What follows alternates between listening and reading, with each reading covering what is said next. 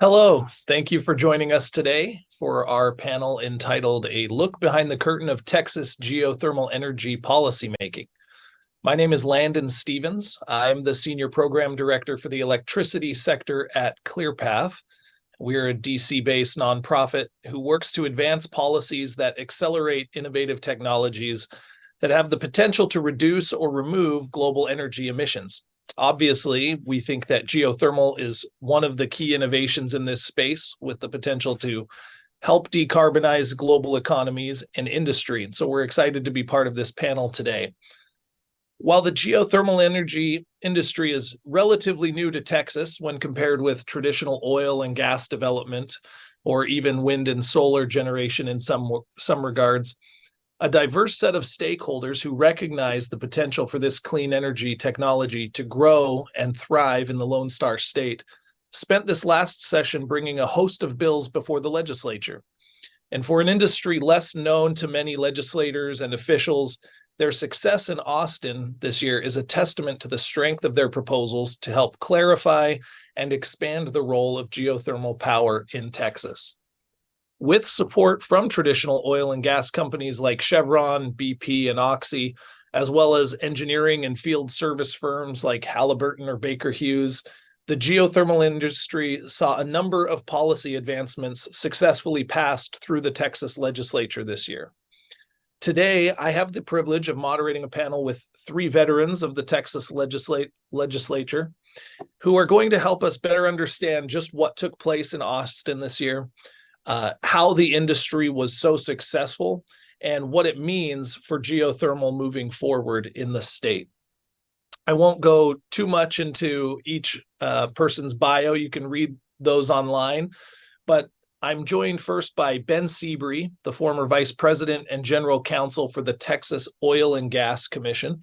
He was also elected to the Governing Council of the Oil, Gas, and Energy Law section of the State Bar, and was appointed by Governor Perry to the Interstate Oil and Gas Compact Commission. Nicholas Miller joins us from Graves, Dougherty, Hearon, and Moody, where his practice focuses on both commercial and residential transactional real estate and the representation of land and mineral owners in oil and gas transactions. Excuse me. Nicholas is also the co-founder of the annual GDHM Land and Mineral Owner Seminar. Finally, we have John Bennett, a partner in the law firm of Osborn and Bennett in Austin, where he represents clients in litigation before the Railroad Commission of Texas and at the Texas legislature. Each of these gentlemen was part of the discussions around geothermal this year, and we're glad to have each of them here to share their experiences. My hope is that listeners who may operate in other states or who work in other legislatures can hear from this group and identify key messages, actions, or takeaways that can be incorporated elsewhere to help us continue driving legislative progress for the geothermal industry as a whole. And with that, let me get started by asking each panelist quickly if there's any additional info that they'd like to give us to set the stage and kind of describe what their role was in the legislative process this year as it relates to geothermal. So, Ben, why don't I start with you? Thanks. Well, thank you, Landon, and hi, Nicholas and John. I was probably the person most responsible for generating the legislation.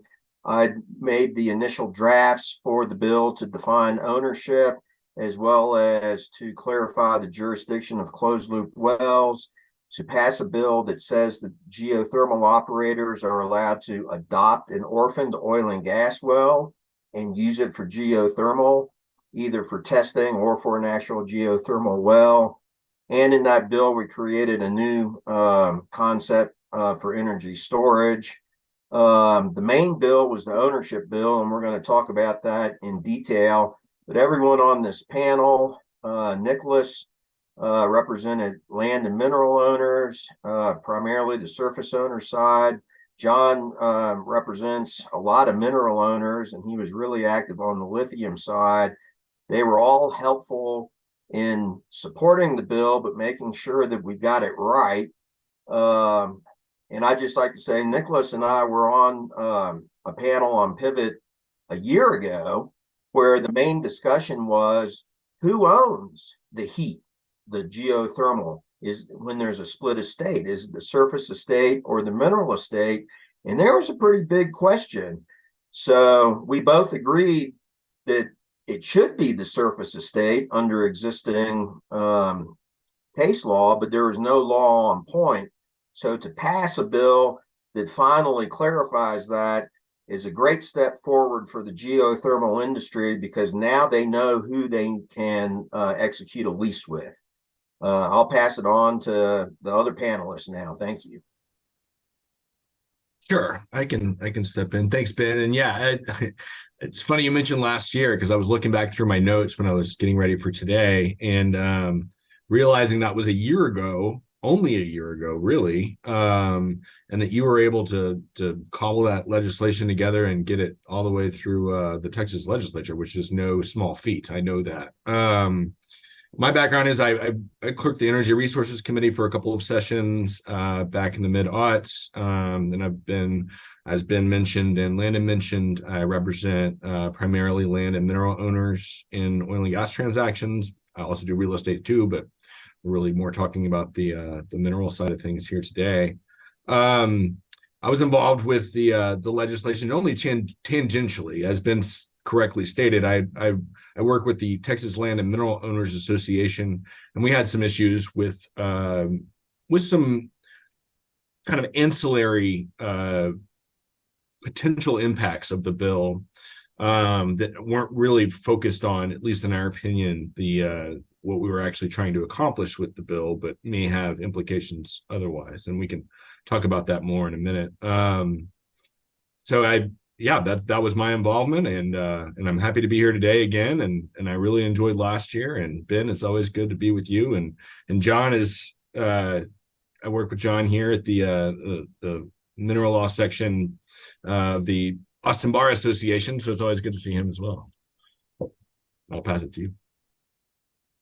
Y'all too. I got involved in this because a client of mine that had me working some different legislation is interested in mining brine aquifers for lithium. And so they were in agreement with Ben and Nicholas's clients that the surface owned the geothermal energy, but for reasons we'll get into with the way Texas's Geothermal existing act was structured, they wanted to make sure that the legislation wouldn't have the accidental effect of transferring title to the lithium dissolved in the brine that they were leasing under mineral leases to surface owners in a severed estate if it happened to come out of a geothermal well. And then a secondary issue my clients were monitoring was in their process of extracting lithium from brine, the heat in the brine plays a role in their extraction process. And so they were wanting to make sure that the legislation as drafted would continue to allow the mineral estate, which under Texas law is dominant, to make reasonable use of the surface in extracting the minerals. And so that's how I became involved in these discussions. Like Nicholas, my role was very tangential, but I did have a seat at the table, and it was I enjoyed it. I don't know if I enjoyed it. I don't know if Ben enjoyed it as much as I did. The stakes were much lower for me, so it was fun to watch. But it was a very interesting process, as we'll discuss here in a minute.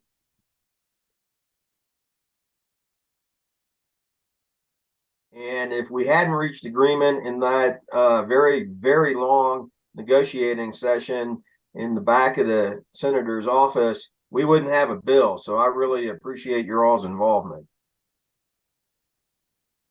Great. Thanks. And maybe just looking at time and to make sure we get to the meat here, I'm going to jump right into that, Ben, talking about SB 785. I know you represented the Texas Geothermal Energy Alliance at the Capitol, and have kind of mentioned that bill, which defined the ownership between the mineral and surface estates was one of the more important bills of the session for the industry. And so maybe if you can kind of give us the play-by-play, the color commentary, again, going back to Nicholas's point, a 1-year turnaround from discussing a hypothetical at Pivot to getting something to the governor's desk is pretty remarkable. So maybe you can let us know how that took place. Well, thanks. It took the goodwill of a lot of people, including Nicholas and John, to get it done. But the short summary is, even as of the moment that we're speaking, there is no case law in Texas on point, which defines whether geothermal energy is part of the surface estate or the mineral estate in the event that there's a split estate, which is very common in Texas. But if you secondly, in 1975, following the first big energy crisis, when President Carter got on TV in a sweater and said we all have to turn our heaters down, the Texas legislature passed the act that John was talking about, the Texas Geothermal Resources Act, because everyone was in a panic saying, oh my God, we need to find some more sources of energy because of the oil embargo. Well, in that act, they said it's real important that we develop geothermal, and geothermal is to be treated and regulated as a mineral. Okay, the key word there is as a mineral. So going into this session, there were a lot of people who thought that meant that it is a mineral and belongs to the mineral estate. But other lawyers like John and Nicholas and I read it and realized, no, it doesn't say it is a mineral. It's to be treated and produced as a mineral. But the legislature is real careful to say, we're not wading into who owns it. So when you really study the law, you quickly get to a real simple conclusion. Well, heat and energy are not minerals, right? Because a mineral is a substance. It's a tangible thing. Heat and energy are intangible qualities of the earth itself.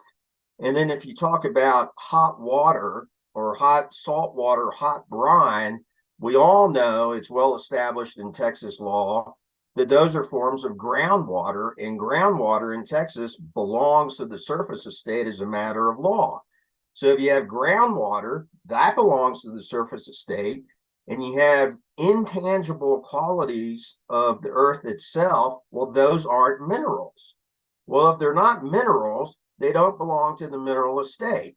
So once we kind of boiled down this argument, we presented it to the legislature, and then we told them, we were able to show what so many people in the audience know better than I do. Look, there is enormous amounts of energy, probably 50,000 times the amount of all the oil and gas that's been produced since the dawn of the Industrial Revolution. It's all there. And we've made technological advances where we're ready to tap this into carbon-free forms of dispatchable energy right here in Texas, using Texas know-how and Texas oil and gas companies and know-how to do it. So all we need is the legislature to step up and pass a law that says, yes, this is owned by the surface estate, so you guys can go execute your leases. So once you present it in what I think was a pretty compelling argument, and then you get other good people to step up, like Nicholas and John and others, to say, yes, we need this law. We got the momentum rolling, and we were able to pass it once we went through some pretty intense negotiations with some people who said, yeah, we want you to pass this law, but while you do it, don't accidentally make a mistake. And I'll let them talk about it, because they were the ones who wanted to make sure that I didn't accidentally make a mistake, or the legislature didn't, while we were passing it. Great. I think I can't remember if it was John or Nicholas who said, you wanted to make sure that you get it right.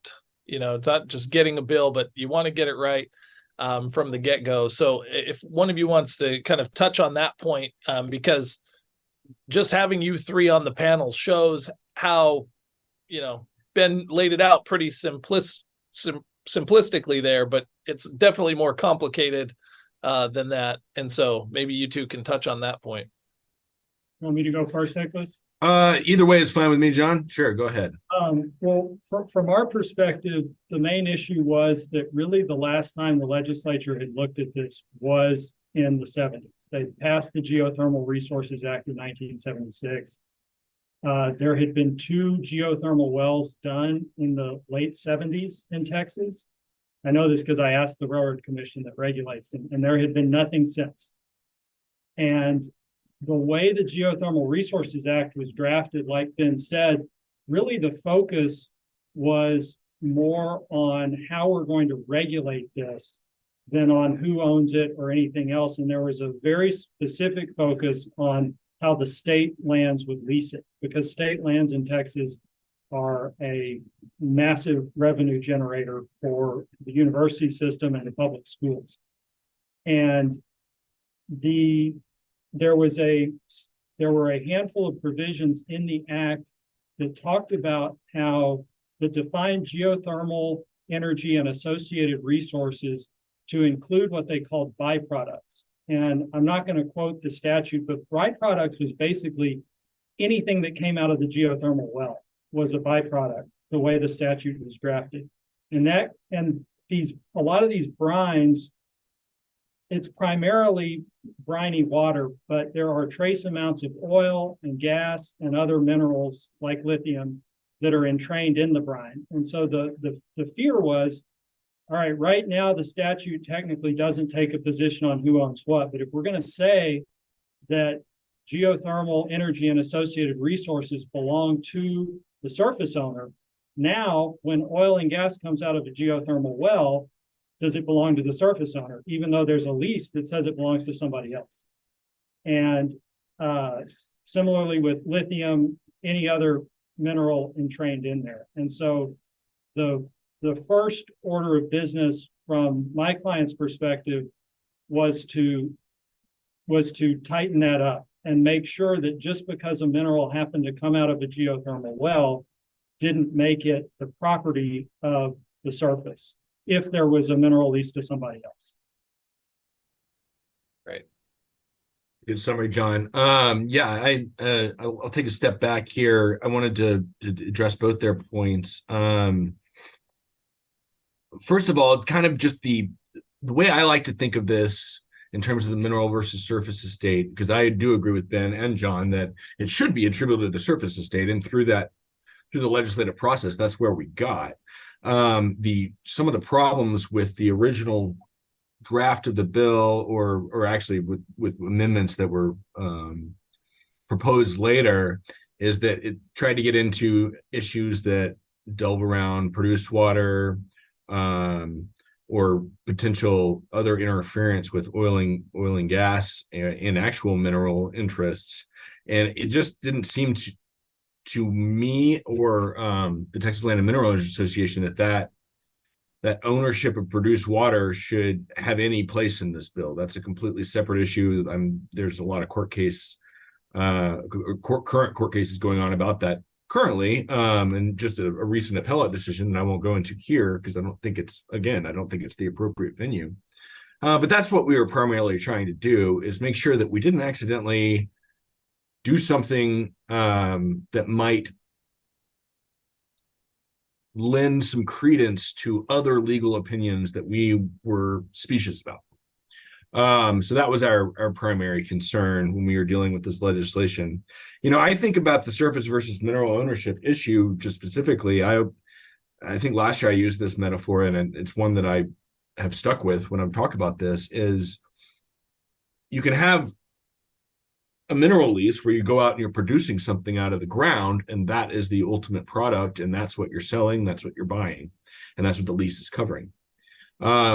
I think of this as more akin to building a factory on a piece of surface acreage that is going to take whatever aspects of that land are profitable to them, in this event being geothermal energy, and produce a third product, which, you got hot rock, you got water, and you're creating this heat. And to me, that's the creation of something, not the definition of a mineral. So I've always enjoyed that analogy, and I think it does a good job of at least explaining the way I come down on the ownership issue. So I think that the ultimate question was answered, but you're right, there were some process issues that we had to get to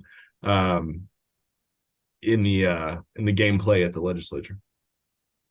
And Landon, I'll jump in here and just kind of expound on what Nicholas and John were talking about. But for the audience, it might be interesting to know that in addition to Nicholas and John, there were other parties who couldn't be on the panel with us today, but some oil and gas companies, one particular very interested senator, not the one carrying the bill, in the General Land Office, who were all concerned about what we're talking about. The main thing was, like John explained, are we going to accidentally give things that have traditionally belonged to the mineral estate to the surface estate? And then there was this argument that Nicholas is talking about, which right now is an open argument. There's a really big argument going on between oil and gas and surface owners over who owns what's called produced water, or the kind of sludgy water in an oil and gas well. But it's a big debate. And that all came in. And finally, the Senator Birdwell, who was a great sponsor of this bill, in addition to Representative Darby, he called all the parties in and he locked us in his office and led the discussion, and basically used the time-honored technique of, I'm not going to let you out of the office until you guys reach a compromise. And so we were all locked in there for the better part of one day during the session. I think it was in April. And luckily, people of goodwill came to an agreement. No agreement was ever reached about produced water. So we agreed to say that this bill does not change the law whatsoever regarding produced water. So the status quo was preserved.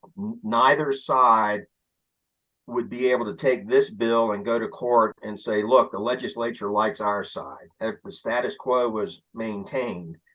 And then everyone, I was really proud. I've been around the legislature for more years than I care to admit, close to 3 decades now, but I was very proud that everyone recognized the real potential for geothermal energy and the public good that it has the potential to bring, and they let that lead their decision. So as long as their ox wasn't getting gored, they were willing to compromise and let this bill go forward. So we got the final goal, which was to define who owns it, the surface estate, in the absence of a controlling contrary document. And then we worked out the other issues, or we said this bill doesn't affect it. And it was one of my prouder days to be locked in that office and come out with a successful compromise. Great. So you mentioned there something important about the compromise. Were there any parties involved in the process who ultimately walked away not feeling supportive at all of the final outcome, or were you able to get everybody on board? No party that I know of walked away mad, and no party opposed it. It flew through.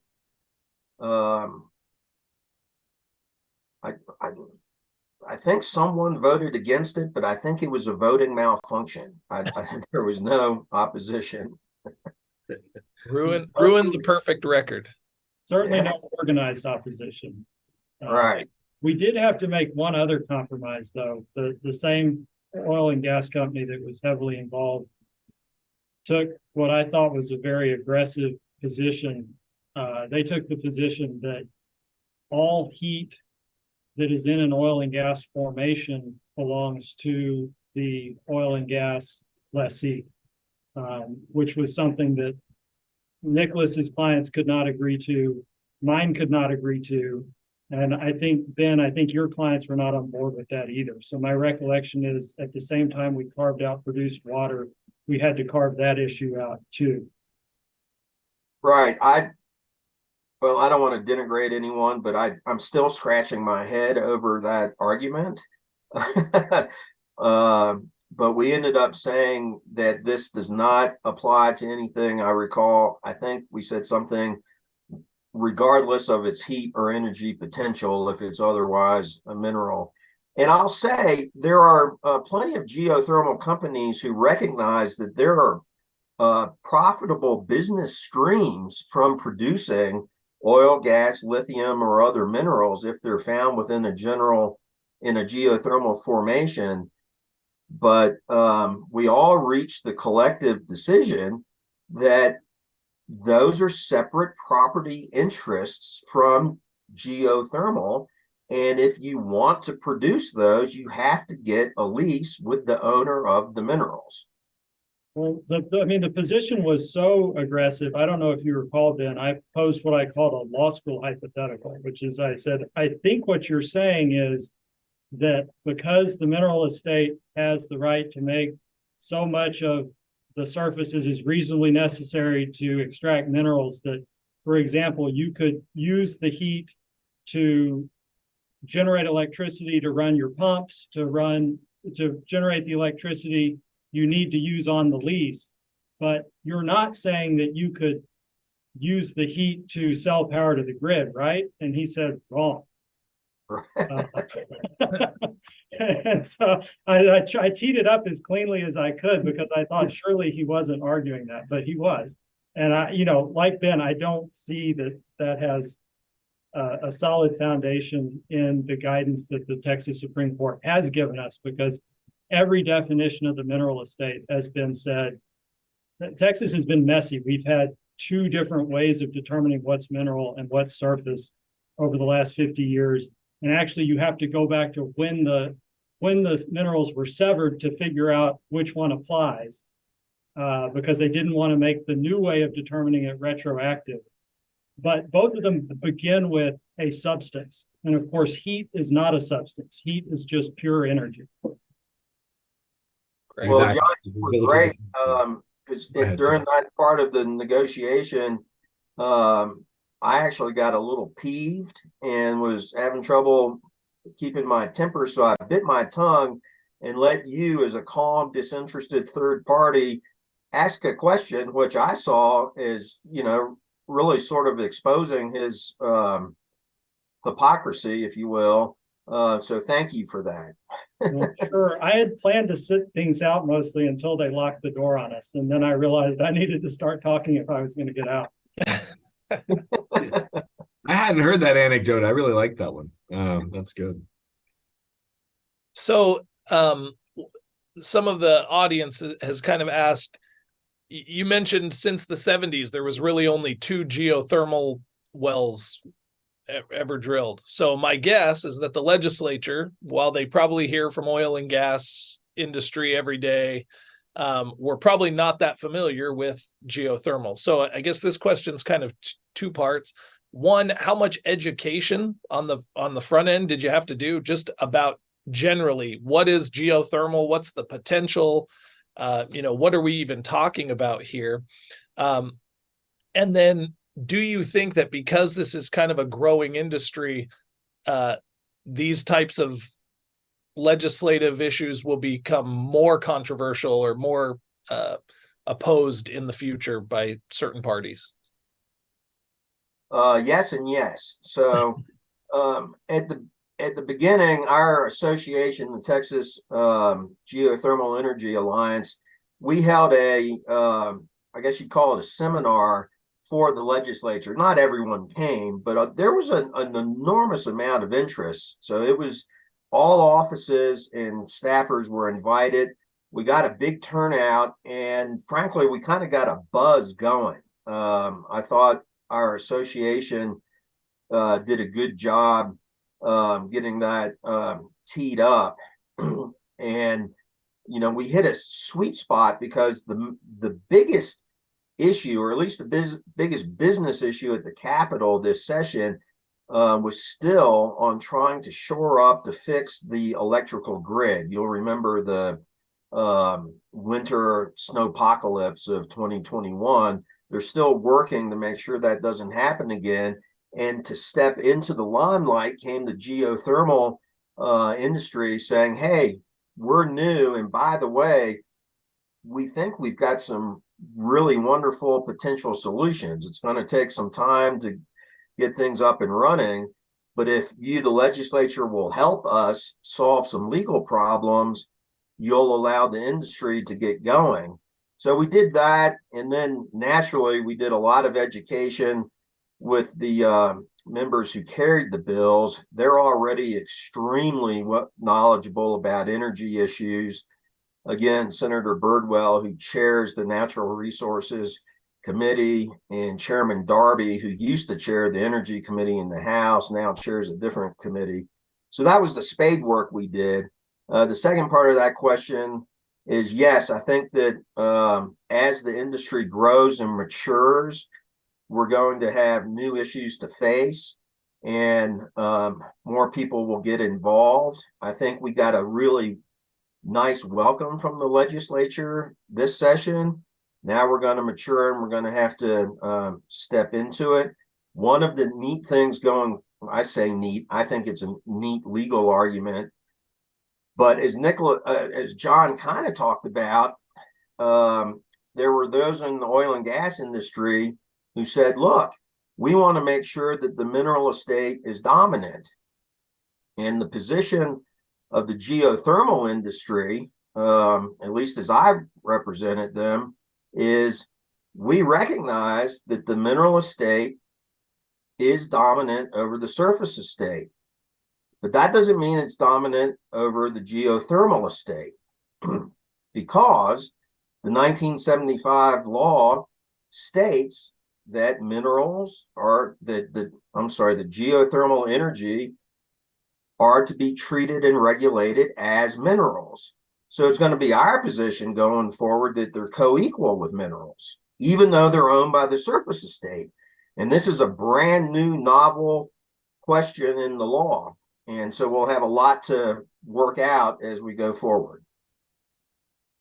Right.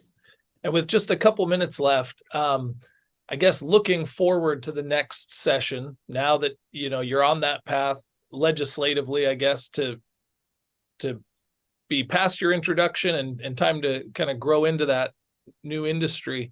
What do you see as kind of the next steps forward? And this question's for anyone who wants to jump in. You mentioned a couple questions that weren't answered. I don't know that produced water is necessarily, going to be top of the list for the geothermal people to try to tackle. But what other issues do you see that need to still be kind of litigated or discussed at the legislature moving forward?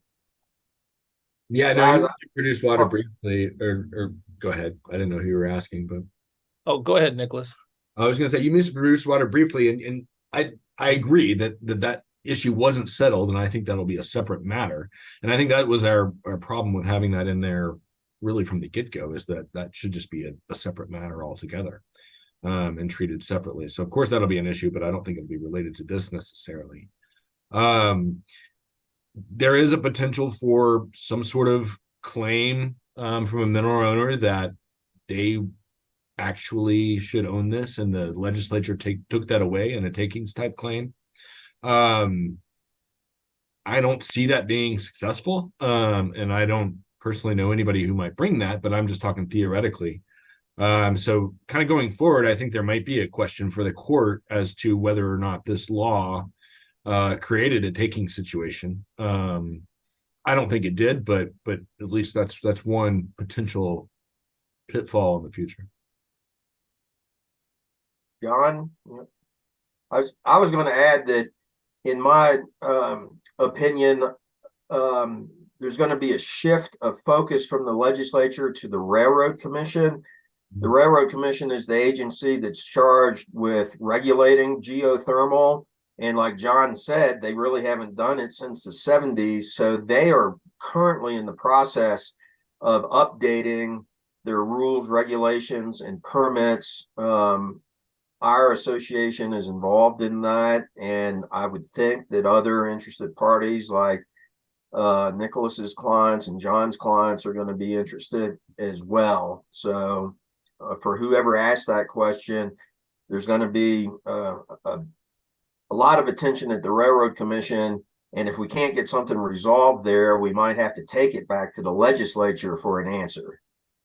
Yeah, my answer is like Ben's, Landon. I think at this point, you probably won't see anything for a couple sessions, because at this point, people actually have to drill these wells, and whatever problems arise have to arise, and the courts have to take a stab at it. And then people will go to the legislature to start sorting out whatever issues there are. And maybe we did such a good job that there aren't any. I doubt that. That usually doesn't happen at the legislature, but I think Ben's other point is exactly right. The Railroad Commission, I was talking to them about rules for brine mining, and staff acknowledged, because I said it delicately at first and then I got stronger, their existing geothermal rules are trash. What they basically did in the 70s was every place it said in their regulations, oil or gas well, they moved the or over and put oil, gas, or geothermal well, and left it at that. I mean, up into the point, like, you have to designate a field on geothermal wells. Well, that's nonsensical. There's not you don't have an existing Railroad Commission field for a geothermal well.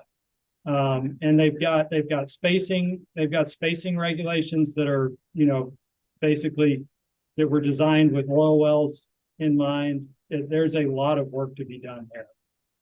And so I think you're going to see that done first. Great. And with just a couple minutes left here, I'll leave each of you to kind of wrap it up. But if there was kind of one takeaway, I know no place is like Texas, right? But these discussions will happen in other states, and they are happening. What would be the kind of the takeaway for other advocates or other organizations working on this in other states, that the key to success, I guess, if you will, to getting productive legislation and compromises passed as it relates to geothermal? Well, I'll take a first stab at it, Landon. First, it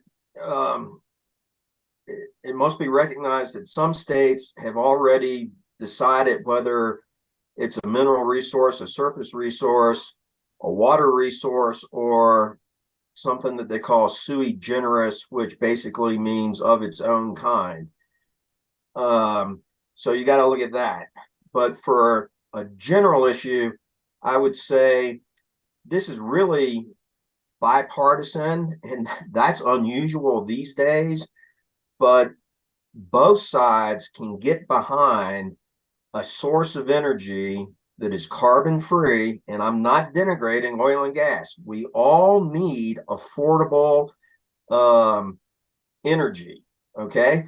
But to have carbon free, inexhaustible energy is something that everyone can get behind, and it's a job and wealth creator that frankly will use the oil and gas industries and technology and workforce to produce.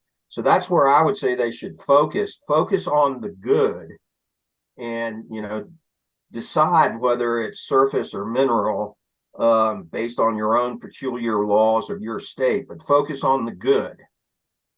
Great. I'd add, Ben can't say this about himself. Ben and his team did a superb job educating people before the legislative session started, which is key, because once the legislative session gets rolling, everybody's too busy to think about anything and any day. And Ben's clients put together a good group of people with a lot of heavy hitters, including Ben, who got to work very early. And I think that was invaluable at getting it done in one session instead of 2 or 3. Yeah, I'll first of all, I'll reiterate the comment that John just made, and I think that Ben did an excellent job on this. Other states are interesting, and I realize we have 5 seconds left, but I do think that the correct answer, at least under Texas law, has been answered by the legislature now. And it'll be interesting to see if other people follow us or if they go a different direction, because other states have done different things with their minerals and their surface interests, from Oklahoma to New Mexico to California. There's a lot of different systems. So great. Well, Ben, John, and Nicholas, thanks for your time. This was a great discussion. I hope the audience took a lot away from it. Just remember, it depends on what your definition of is. So with that, I guess we'll live on, and we'll see you at Pivot next year. Thank you.